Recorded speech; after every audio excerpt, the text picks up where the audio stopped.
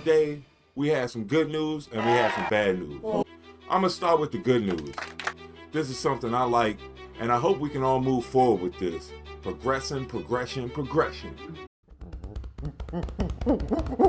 And now, time introducing Little article from the Gantrepreneur. Excuse me. Boom. Massachusetts unveils plans for cannabis consumption sites, including cafes, theaters, yoga studios. Bringing Amsterdam to here, make it more socially acceptable. Kind of like a bar. I'm liking this. Massachusetts officials last week unveiled a plan for their licensed adult cannabis consumption sites, including tasting rooms, cafes, lounges, movie theaters, and more. Officials with Cannabis Control Commission last week revealed regulators' plans regarding new industry licenses and establishments looking to allow social consumption of cannabis. Massachusetts voters approved the license to social use cannabis businesses when they passed the state's cannabis legalization law in 2016, but last week's presentation was the biggest development yet in the part of the law's implementation. They are trying to is that like 8 years? Shoot, going on 9 years? Jeez. The upcoming license types will cover 3 types of businesses, according to the presentation unveiled Thursday: supplemental, hospitality, and event organizer. Now that's pretty big. So this sounds like pop-ups, like cannabis hotels. For pre-existing businesses like dispensaries, these licenses would supplement companies' existing business model with on-site consumption possibilities, including tasting rooms, social events, and even cafes. These licenses would allow for the consumption of cannabis products purchased on-site. Hospitality, meant for non-cannabis commercial business spaces, their licenses will allow unrelated businesses to branch into the cannabis industry with a wide variety of business models, including yoga studios, movie theaters, and other creative possibilities, regulators said. These licenses would allow for both bring your own cannabis and products purchased on site. Boom! Event organizer. These licenses will cover temporary social consumption sites for specific events like concerts or festivals, which last no longer than 5 days. These licenses will allow for both bring your own and on-site cannabis purchases. Final regulation is expected on December 17th. That is happy. Hopefully that comes to a state near you. Now, to the studio. Have you ever walked into the dispensary and the Grim Reaper was behind the counter? If you old, that might be the last joint you smoke. Grim Reaper coming for that ass. News reports in. Cannabis poisoning among older adults has tripled. Include baked goods, candles. Edibles, which include baked goods, candies, and beverages, are increasingly popular, said lead author Nathan Stahl. But some older adults may be unaware of the strength of today's weed, and little is known about the health effects of legalized edibles on older adults, the age group in which the largest growth in overall cannabis use a year after dry cannabis was legalized, Stahl said. And some good-looking gummies. Yeah, I know you've been a law-abiding citizen for the past 30 years. Here's a moon rock. There's a lot of age-related bias that many healthcare practitioners and frankly society hold that older adults are not using drugs, and that's simply not true. They conducted 4 separate studies from January 2015 to September 2018, October 2018 to December 2019, January 2020 through December 2022, which marked the legalization of cannabis edibles. Oh, she's cute. When people have cannabis poisoning, according to Stahl, they may experience confusion, psychosis, including hallucinations, anxiety or panic attack, rapid heartbeat, chest pain, nausea, and vomiting. Here, let me hit that.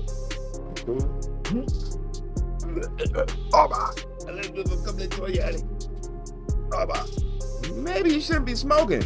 During the 8-year study period, there are 2,322 emergency department visits for cannabis poisoning in older adults who were age 69 on average. 69, dudes! Nearly 17% of those adults were simultaneously intoxicated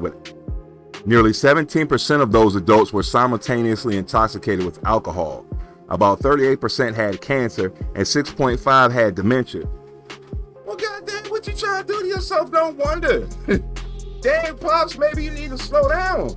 Compared with pre-legalization, legalization period number 1 saw twice higher rate of emergency department visits for cannabis poisoning. The rate during the second legalization period tripled that of pre-legalization. Woo! I'm a midnight toker. And then you wonder why you see an ambulance lights at night. Sheesh. This study provides a cautionary tale of legalization of substances without adequate research, education, and counseling of use regarding adverse effects and safe usage, particularly in older adults. Now, boy, that ain't fair. You had us on prohibition for like 100 years, and then when it becomes legal in the 10 years that we got it, oh, we don't know enough about it. Whose fault is that, lady? Edible cannabis products may be particularly dangerous because they are often indistinguishable from non-cannabis containing foods and may contain high amounts of THC, the major active ingredient for both medical and recreational marijuana. Now that's true. I think it's kind of like the same marketing as cereal. It's trying to have bright colors, flashy big letters to attract people to it. The other thing is, cannabis today is a lot stronger than it was in the early 90s and even the 80s. Today, cannabis extracts contain as much as 30 times more THC. 30 times? Them dabs are no joke, okay? Additionally, age-related changes in organ function and how the drug is distributed throughout the body, as well as having health conditions or being on prescription drugs, especially psychoactive ones, can make it easier for an older adult to experience cannabis poisoning. You think? Let me hit that. You hear that? You ain't hear that? I think I'm poisoned. I can feel it in my blood. Some people who intentionally consume cannabis edibles may not be aware that this form has a more delayed effect than the inhalant, which goes straight to the bloodstream. Thinking the edible isn't working, they take another too soon and end up getting more than they bargained for. I don't feel nothing. 30 seconds? Yeah, let me take another. Couldn't have done that. There are also people whose prescription medications for pain management, insomnia, or dementia symptoms aren't effective, so they consume edibles for therapeutic purposes, but without consulting a doctor first. Well, if the doctor's medicine ain't working, why am I going to consult you? Obviously, he don't know what he's talking about. That doctor need help now. Abstaining from cannabis use may be... So now I scared the crap out of you. Let's bring it home. Reducing the harm from cannabis use. Abstaining from cannabis use may be appropriate for some individuals, but I would be hesitant to give a blanket recommendation no adult should be abstinent. When is that ever to work?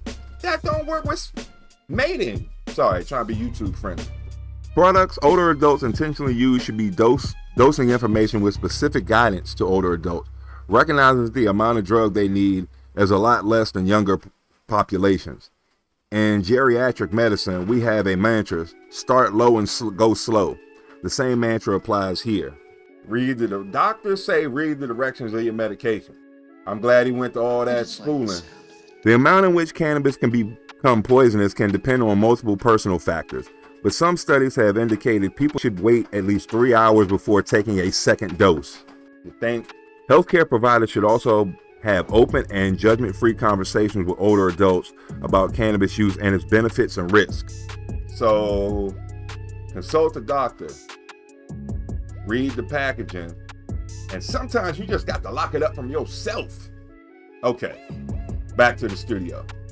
So all I can basically say is grow your own. My goodness, what they putting in the weed in Canada?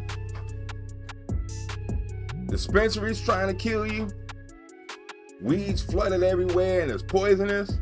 Packaging's going crazy. Pesticides everywhere. Corporations buying everything up. The Grim Reapers, the bud tender. Grow your own.